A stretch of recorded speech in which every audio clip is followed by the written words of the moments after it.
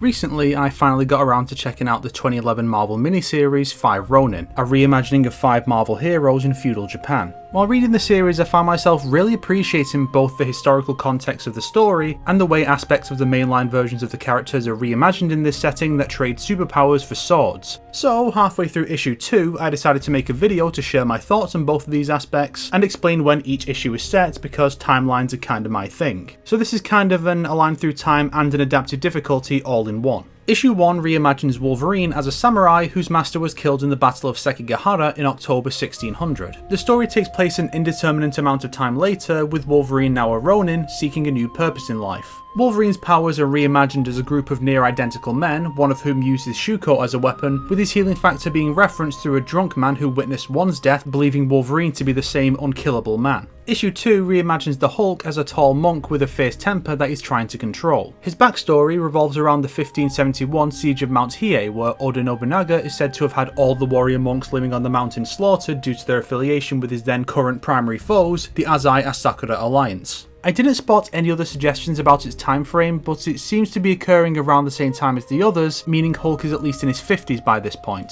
Issue 3 centres on the Punisher, reimagined as a samurai returning from war to find that his family is dead, driving him to seek revenge. After the cold open, we flash back 2 years to the Punisher, Akagi, and a fellow veteran discussing the recent wars. They reference both the Civil War and the Korean campaign. The Civil War is the era of fighting between daimyo as the Ashikaga shogunates lost influence, ending when Toyotomi Hideyoshi stamped out the last major opposition to his unification of the country in the 1590 siege of Odawara. Following this, Hideyoshi intended to conquer Ming China, but would have to pass through Korea to do so. Korea resisted the advance, leading to 2 invasions of the country between 1592 and 98. Japan and China began negotiations in 1596, and hostilities resumed the following year, and lasted until Hideyoshi's death in 98, at which point the Council of 5 Elders that were placed in command of Japan afterwards decided to have the army withdraw and end the conflict for good. Presumably, the 2 men are returning home at the final conclusion of the war, placing the scene in 1598, and the story's cold open and conclusion in 1600, presumably not too long before the first issue.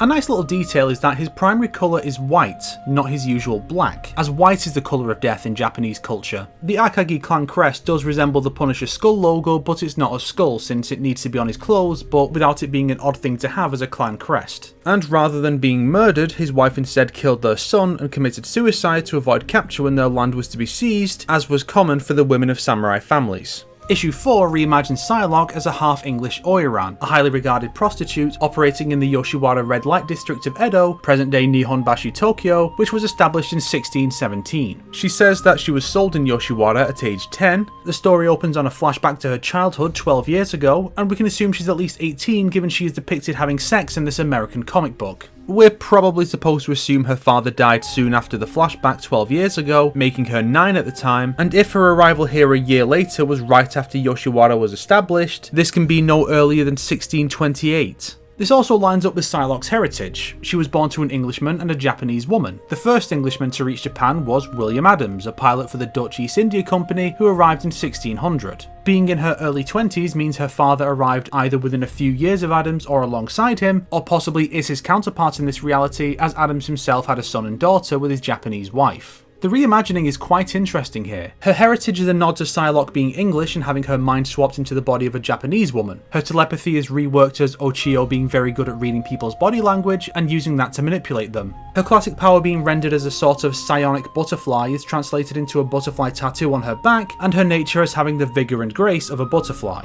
Issue 5 reveals that the man in the straw hat that's been popping up throughout the series is Deadpool, a man who received both physical and mental scars from a vicious battle in the past, making him disfigured and insane like Wade Wilson. This one takes place after the rest, as evidenced by the other 4 protagonists showing up, and Psylocke's encounter with Wolverine being referenced by both Wolverine and Psylocke's hand wound. And yet, it might not line up with the historical timeline. The issue opens with the daimyo the protagonist is seeking discussing how the ongoing campaign in Korea drained the coffers of the shogun and his daimyo. There are a few ways this can be interpreted. One is that the campaign is indeed ongoing, meaning the shogun in question is Hideyoshi, who was a taiko, not a shogun. There would not be a shogun until Tokugawa Ieyasu took the title in 1603, 5 years after the Korean campaign ended. This also clearly doesn't work with what we've seen of the timeframes of the issues that take place before this. The second is that the shogun is Ieyasu, and the daimyo is saying that the lengthy campaign in Korea has left Ieyasu and the daimyo of his shogunate lacking on funds, even though the story has to take place at least 31 years after the war in Korea ended, as explained when discussing issue 4. The only other way to interpret this is that the story is taking liberties with the formation of Yoshiwara and possibly the arrival of the first Englishman, placing them a few decades earlier in history for the sake of including the specific story elements the creative team wanted for their reimagining of Psylocke. Such a thing would typically be fine for a project like this, since it's still the same time period, just not the right year, but with so many specific details like Psylocke specifically operating in Yoshiwara, there is an expectation set for a higher degree of accuracy which is not followed through with. Still, this doesn't damage the story at all, as it's accurate enough to get by, and I've learned more about my favourite era of Japanese history by researching some of this stuff, so I have to give credit there. This is the kind of Japan-centric reimagining I wanted from the Marvel anime or Batman Ninja, so I definitely recommend giving it a read and seeing if you can spot another certain Marvel character who was sneakily included in there.